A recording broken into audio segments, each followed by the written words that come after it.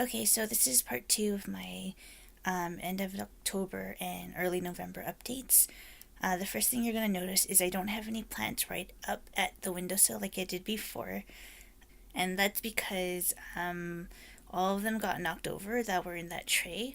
I'll insert a picture around here, I think, that shows you the damage. My mom sent me a photo when I was at work because she comes home earlier than I do, and I was very surprised. But luckily, none of the plants broke. They're all relatively okay. I just had to move them because I was afraid that it's going to happen again.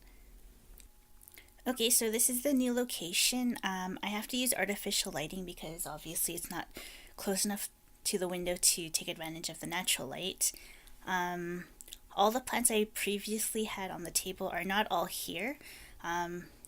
During that time, I decided to shuffle some things around. So some of the table plants are here, some of them are somewhere else, and yeah. Okay, so now the plants. This is my Podangis dactyloceras, and the new fan is growing pretty nicely and has a growing root tip right there, so it's doing pretty well. I finally brought in my Dendrobium kingianum. Actually brought it in just before the end of October, since it's getting a lot colder now. And as you can see there, a squirrel put an acorn in the media. I was kind of hoping it would be bug free when I brought it in, but it actually has some pill bugs in the media. You can't see it right now. And they've moved on to my Bulbophyllum sulawesii, which really sucks, but that's what happens when you put plants outside. Bugs get to them. My Gongora gibba is growing as usual to the two new shoots there. My Phalaenopsis NOID has this leaf and it's growing pretty nicely.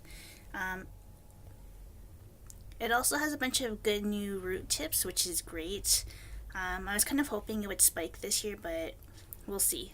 So my Chysis laevis has a new shoot appearing, and the other one on the side is doing pretty well actually. I'm a little bit concerned because I know that these are supposed to have reduced water in the winter time. So I don't know if that's going to affect how those are going to grow. I think last year I didn't rest it. I just kept watering it.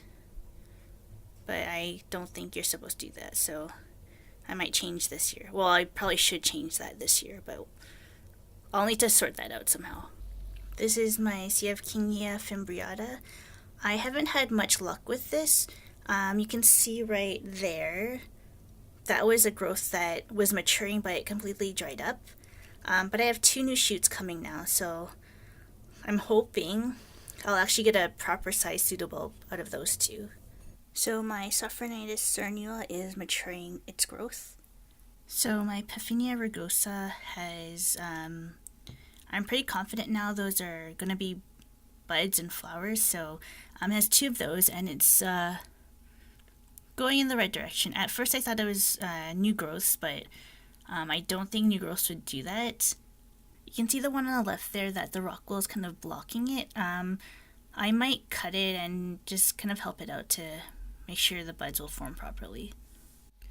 My Coryanthes misasii is doing pretty well. It has two maturing growths, and there's one new eye at the bottom right there, which is starting. I actually noticed this guy before this guy, I think last time. So this is the disappointment of the year. My Polycycnis Barbata had a flower spike. I was pretty confident it's a flower spike, but it's completely dried up now. I think it's because I probably wasn't keeping up with the watering as much as I should have. So it's my fault, and it sucks, but it is what it is. So, okay, so this is very exciting. This is a Phalaenopsis NOID. The flowers are small, and it's kind of like pink and yellow, like sunset colors that I really liked. And it's doing really well. It has two flower spikes now that are starting. The one on the left right there, it was there from a while back, but it was stunted. And then this one on the right is new. So this is very exciting. When I got this, it was quite desiccated. Like the roots, it had like no roots. So I'm very happy with the way this plant is going. it's pretty much made a full recovery, so I'm very, very happy about it. So this is my Oncidium Twinkle. It's doing very well. It has 2 flower spikes. So it'll be, I guess, a few months before I actually see the blooms, but this looks very promising. The last time it bloomed, I only had 1 flower, and the other spike that it had got stuck, so it never really matured, but these spikes seem to be doing very well, so that's great. So this is my World Vacations Shibuya Sunset. It's maturing this growth right here. I don't think it's going to get as big as the other ones, and that's fine because it is a rescue.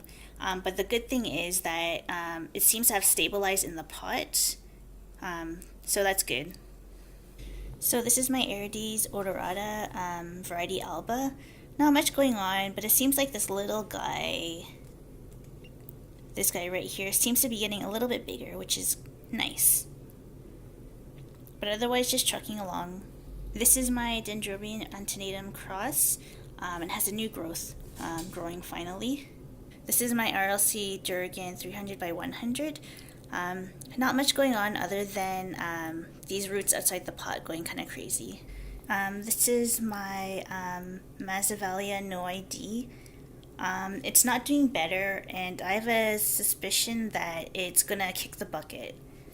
It has scale that I'm trying to treat, but it just doesn't seem to be getting better, which sucks. This is my Ascocentrum pusillum.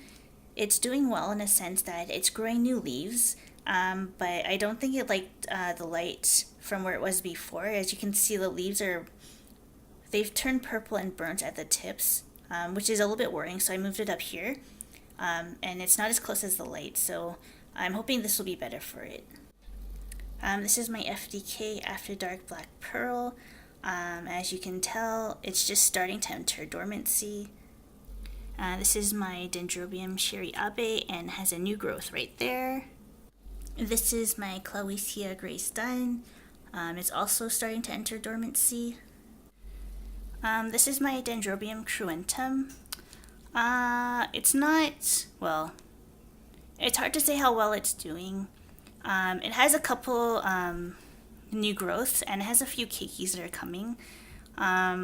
It still hasn't really anchored to the pot yet, which is a little bit concerning, but there's some activity, so I think it will be okay. I'm just keeping an eye on it, since it's growing, I'm trying to give it some fertilizer as well.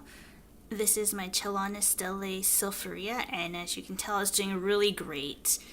This is my Epidendrum Joseph Lee. Has this new growth right here. One thing I noticed is that the leaves on this new growth, it doesn't look like the previous ones where they're more kind of fanned out. They're still like sticking upwards, so not quite sure what that means. To be honest, I haven't been paying too much attention to this plant. I just try to keep it watered and fertilized, but I haven't been looking too closely at this. I'm hoping it'll spike this year, but it's kind of one of those plants I don't care too much about. So this is one of my newer plants, Dendrobium Christianum. For some reason, it's growing a keiki on one of the older growths. This is my Leptodes bicolor. It's maturing that growth over there, and there's a little one coming out as well.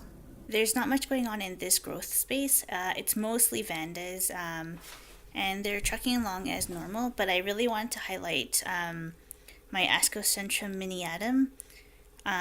It has 3 leaves coming and 1 root. I forgot to include this in my last update, but it seems to be doing very well for something that has just 1 root. So I'm very happy about its progress. This is my Catasetum saccatum. As you can tell, it's started to rot at the bottom. The outside is dry. Seems like it's rotting from the inside, so this really sucks. It never did well for me, so I do like the flowers on this plant, so if I see it available, I'm probably going to get it again. Okay, so that's my video for today. I hope you enjoyed it. Thank you for watching, and I'll see you next time. Bye!